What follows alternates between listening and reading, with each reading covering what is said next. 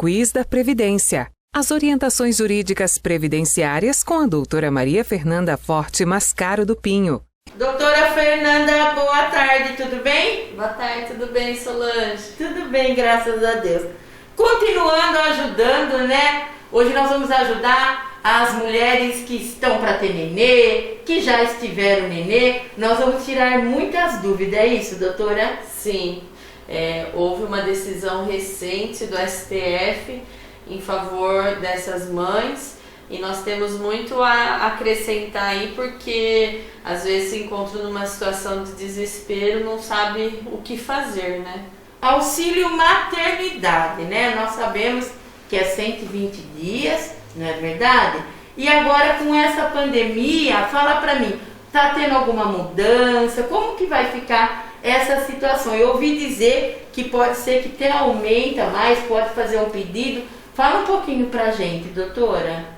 Estava tramitando uma ação direta de inconstitucionalidade que foi julgada no STF, a decisão do processo número 6.327, obrigando o INSS a prorrogar esse prazo de 120 dias em casos de complicações após o parto, seja da mãe, seja da criança. Mais de 120 dias?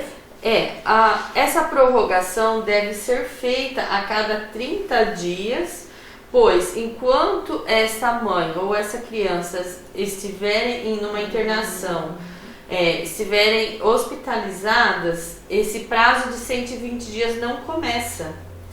Então quer dizer que fica suspenso, com pedidos de 30 em 30 dias de prorrogações, até que se obtenha essa alta hospitalar e aí possa-se começar a correr esse prazo de 120 dias, que é os 120 dias da mãe curtir a criança. Entendi. Então, por exemplo, assim, né, nós percebemos e vimos muito na TV que muitas mães, né, têm o seu nenê com Covid, não é verdade?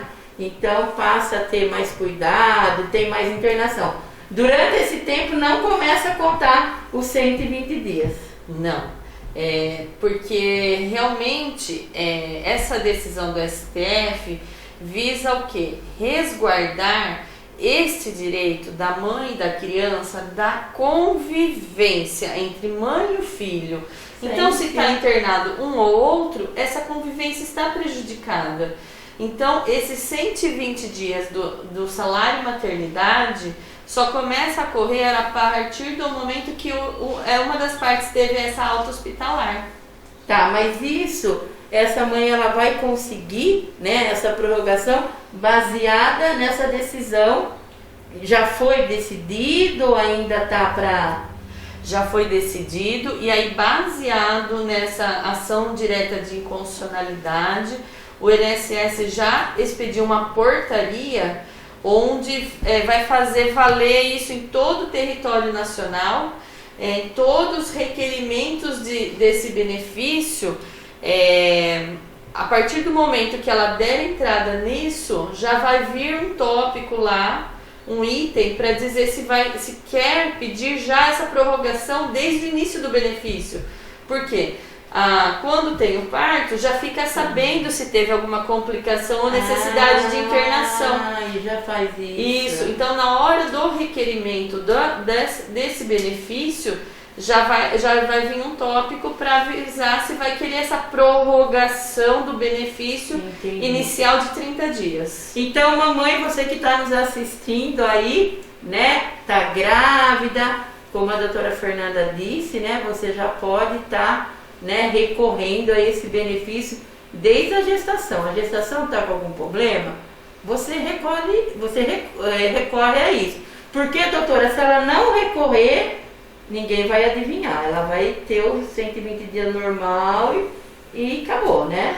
Isso. Esse benefício denominado salário maternidade, a gestante pode já pedir 28 dias antes do parto, tá? Porque final de gravidez só quem é mãe sabe que não é fácil. Não é fácil, né? Então a lei já prevê essa possibilidade da mãe pedir antes do parto com 22 dias antes. Já para de trabalhar 22 dias antes. E aí começa a receber esse benefício. Aí, mas assim, tem mães que esperam o parto porque ela quer curtir mais os filhos depois. Curtir mais o filho depois, exatamente. Então, assim, deu entrada no benefício antes de nascer, então é os 120 dias normal. Mas se no parto acontecer alguma complicação ou a criança nasceu com alguma complicação que só foi possível observar após o nascimento, aí você tem que entrar no aplicativo do Meu INSS ou no 135 e pedir essa prorrogação. Por quê? Aí o benefício corre aqueles dias que já recebeu, né, daquele direito inicial de 120 dias, aí suspende o restante dos 120 dias. Entendi. E aí começa a receber esse período mínimo de 30 dias, conforme o laudo médico, o relatório do hospital. E o 120 dias não está correndo. Não está correndo. Aí, após deu 30 dias, ainda está com as complicações, está internado, pode pedir nova prorrogação. Vai pedindo prorrogações baseado em documentos médicos do hospital ou do médico que assiste essa mãe ou a criança. E após essa alta, aí ela comunica ao INSS que ocorreu a alta. E aí os demais 120, os dias faltantes para completar 120 dias, a partir daí. Começa a fluir novamente. Doutora, me tira uma dúvida aqui. Essa prorrogação pode ser solicitada por quanto tempo a mais? Depende desse período de internação. Então, são períodos sucessivos de 30 em 30 dias, conforme os laudos médicos que forem expedidos pelo hospital. A gente não tem como prever esse tempo de internação, porque tudo vai depender do tratamento daquilo que a criança ou a mãe vai necessitar decorrente dessa internação, dessa complicação após o parto. Eu vou passar para vocês o número dessa portaria que o INSS expediu, porque tem todas as regras a respeito dessas prorrogações. Número 28, ela foi expedida agora em março de 2021 para o INSS, que contém todas essas regras, tá? Então, mesmo que tenha a alta hospitalar após o parto, e aí começou a fluir esses 120 dias. Antes de terminar esses 120 dias, se houver alguma outra complicação decorrente deste nascimento e necessitar internar, a mãe pode ir lá no aplicativo do INSS ou pelo 135 pedir a prorrogação. INSS, suspende aí por um período de 30 dias inicial, que agora teve uma complicação decorrente deste parto, e aí junta documentos médicos que serão analisados pela junta médica do INSS, e aí suspende novamente o curso desses 120 dias. Tá? E aí vai juntando documentos médicos dessas complicações. Teve alta novamente. Não tá legal. Não tá legal. Não terminou esses 120 dias, ela pode ir lá de novo no aplicativo ou no 135. Pedir. Ela mesma pode fazer. Isso, ela mesma pode fazer. Vocês estão prestando atenção, né? Eu falo assim que a gente precisa saber das leis, dos benefícios que a gente tem, porque assim, olha só, né, o direito que você tem, muitas vezes você não sabia, né? Agora, doutora, fala pra mim, né? E digamos que a mãe faleça após o parto. Como que fica esse pagamento do benefício? Acaba? Não, porque isso era um direito dela. Com a criança. Né, com a criança, e a legislação prevê que este pagamento vai ser feito ao cônjuge ou ao companheiro. Mas isso ele tem que entrar nesse aplicativo. Isso, daí juntar a certidão de óbito da mãe para se habilitar ao recebimento dessas parcelas da licença maternidade. Porque o fato gerador foi o nascimento da criança. Na falta da mãe, alguém vai ter que fazer esses cuidados com a criança. Sim, então, verdade. Né? E será que muita gente não deixou de receber esse benefício porque não tinha essa claridade, né? Como que eu posso dizer, essa informação aí? Assim, eu acredito que sim. E isso aí não estava previsto na lei. A lei só previa os 120 dias do pagamento desse benefício. Foi através dessa decisão lá do STF que gerou esse efeito. Mas o efeito dessa decisão não é só daqui para frente. Vale para todos os benefícios que foram concedidos desde a data de 13 de março de 2020. Então, se essa mãe tem documentos que prova que desde que a criança nasceu em 13 de março de 2020 até os dias atuais, teve essas condições de... Ela pode entrar? Ela pode entrar pedindo essas prorrogações. Olha, gente, por isso que eu falo, né? Como é bom esclarecer, né? Eu falo que isso aqui é muito bom. Então, pode. Então, mesmo a mãe falecendo, é só entrar no aplicativo que ela vai conseguir todos os direitos que teria com a mãe, né? O cônjuge, o companheiro sobrevivente entra pedindo essas parcelas do benefício. E quando, olha eu perguntando coisa aqui, a mãe que adota a criança já recém-nascida, ela tem o mesmo direito? Sim, se essa criança tiver alguma complicação logo em seguida após a adoção, o ato da adoção equipara-se ao ato do nascimento.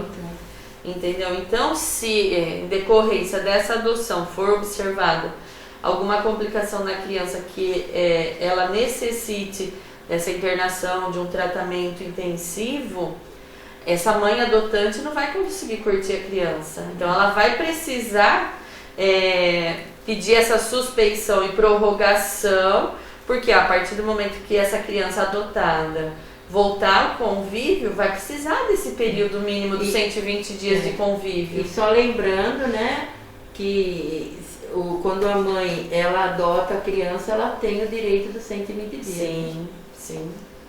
Não só a mãe, né, mas como os pais, porque hoje nós temos que estar antenados que os casais, tanto de mulher com mulher como homem com homem, todos têm direito à adoção dessas crianças.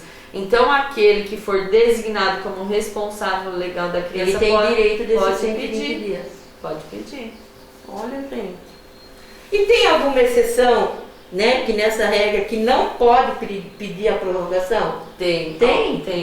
Algumas previsões de segurados elencados, pela lei previdenciária, que não tem direito a essas prorrogações, que é em caso de MEI, empregada de MEI. Essa não tem direito. Não. E quem é contrato intermitente, esses daí é só mesmo 120 dias. Porque esse benefício de 120 dias, para essas modalidades de seguradas, é pago direto pelo INSS e não pela empresa. Essa questão tem que acabar sendo pela empresa. Pela empresa, porque a legislação determina que a empresa pague o salário para essa mãe que gerou uma vida, e aí ela compensa dos impostos que tem que recolher para o INSS. Então as mamães têm que ficar atentas, doutora.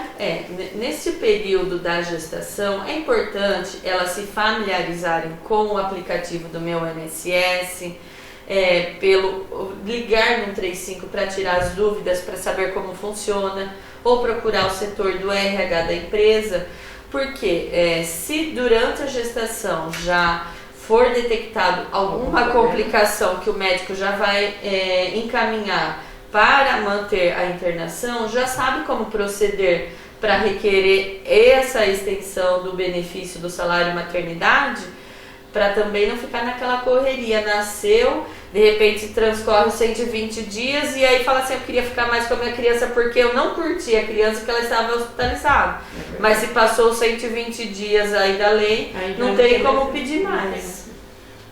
Prestaram atenção? Então vamos buscar os nossos direitos e as nossas obrigações. Doutora, muito obrigado, né, por estar sempre nos atendendo, sempre tirando a dúvida aí dos nossos telespectadores, que eu falo que isso é muito bom, que Deus continue te abençoando. Obrigada, agradeço a oportunidade. Quiz da Previdência. As orientações jurídicas previdenciárias com a doutora Maria Fernanda Forte Mascaro do Pinho.